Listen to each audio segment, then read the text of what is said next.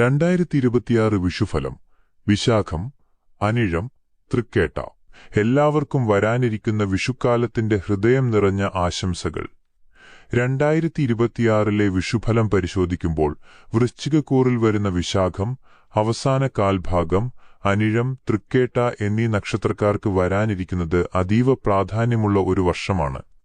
കഴിഞ്ഞ കുറേക്കാലമായി അനുഭവിച്ച കഷ്ടപ്പാടുകളിൽ നിന്നും തടസ്സങ്ങളിൽ നിന്നും മോചനം ലഭിക്കുന്ന ഒരു മാറ്റത്തിന്റെ കാലമാണിത്. ഈ 3 നക്ഷത്രക്കാരുടെയും 2026 വിഷുഫല.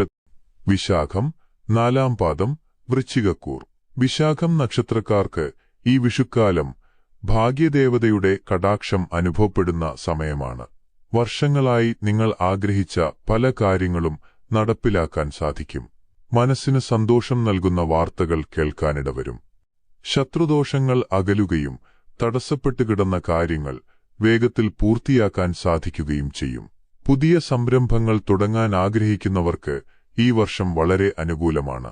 മുതിർന്നവരുടെ അനുഗ്രഹവും പിന്തുണയും എപ്പോഴും കൂടെയുണ്ടാകും.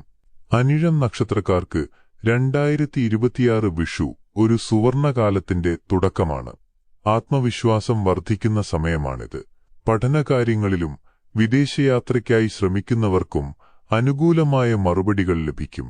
ആധ്യാത്മിക കാര്യങ്ങളിൽ താൽപര്യം വർദ്ധിക്കുകയും അതുവഴി മനസ്സമാധാനം കണ്ടെത്തുകയും ചെയ്യും. പുതിയ സ്ഥാനമാനങ്ങൾ തേടിയെത്താൻ സാധ്യതയുണ്ട്. മുൻകോപം നിയന്ത്രിച്ചാൽ പല വലിയ നേട്ടങ്ങളും സ്വന്തമാക്കാൻ നിങ്ങൾക്ക് സാധിക്കും. തൃക്കേട്ട നക്ഷത്രക്കാർക്ക് ഈ വർഷം ഒരു രാജയോഗം തന്നെ പ്രതീക്ഷിക്കാം. കഠിനാധ്വാനത്തിന് അർഹിച്ച ഫലം ലഭിക്കുന്ന വർഷമാണിത്. കുടിശ്ശികയായി കിടന്നിരുന്ന പലതും തിരികെ ലഭിക്കും. കുടുംബത്തിൽ ഐശ്വര്യവും സമാധാനവും നിലനിൽക്കും. പുതിയ വീട് എന്ന സ്വപ്നം സാക്ഷാത്കരിക്കാൻ ഈ വിഷുഫലം നിങ്ങൾക്ക് തുണയാകും. ഏതു പ്രതിസന്ധിയിലും ഈശ്വരകൃപ കൂടെയുള്ളതിനാൽ ഭയപ്പെടേണ്ട സാഹചര്യമില്ല.